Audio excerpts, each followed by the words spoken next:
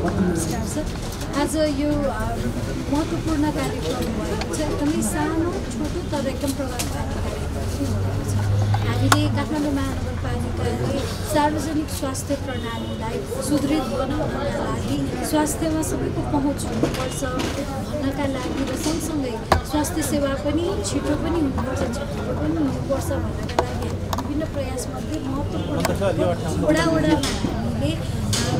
Urban health centre, सहरी स्वास्थ्य केन्द्र, स्वास्थ्य प्रवर्धन केन्द्र सबै वडामा क्रमशः रूपमा सुरु गर्दै गइरहेका छौँ र त्यही क्रममा कतिपय वडाहरूमा ठाउँको अभावका कारणले गर्दा हामीले रेन्टमा लिएर पनि बसिरहेका छौँ। कतिपय ठाउँहरूमा हामीले भएको स्पेसलाई पनि हामीले प्रयोग गरेका छौँ र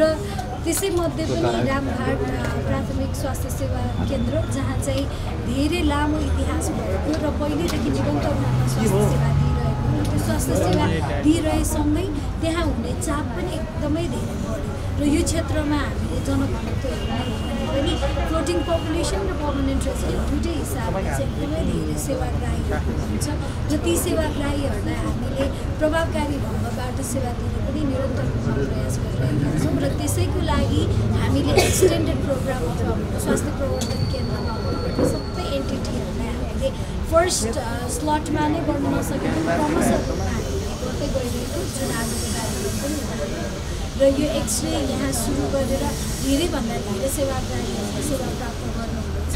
र सार्वजनिक स्वास्थ्य प्रणाली सुदृढमा काठमाडौँ महानगरपालिकाको यो पाइलाले यो कामले कुनै हिसाबले टेवा पुग्नेछ भन्ने पनि हामीले आशा गरेका छौँ र सँगसँगै धेरैभन्दा धेरै जसलाई चाहिँ स्वास्थ्य सेवा चाहिरहेको छ उहाँहरूको लागि पनि स्वास्थ्यमा पहुँच बढाउनका लागि पनि यो कामले यो कार्यक्रमले टेवा पुग्नेछ भन्ने कुरामा विश्वस्त रहेका छौँ। यहाँहरू सबैलाई धन्यवाद छ र यो आजको यो कार्यक्रममा चाहिँ धेरैले एक्सरे त वडा सँगै साइडमै हुँदो रहेछ है भन्ने पनि थाहा पाउनुहुनेछ र जसलाई चाहिँ साँच्चीकै नै सेवा चाहिन्छ उहाँहरू यहाँ आउनुहुनेछ भन्ने र धेरैले यो सूचना प्राप्तिसँगै सेवा पनि पाउनुहुनेछ भन्ने कुरामा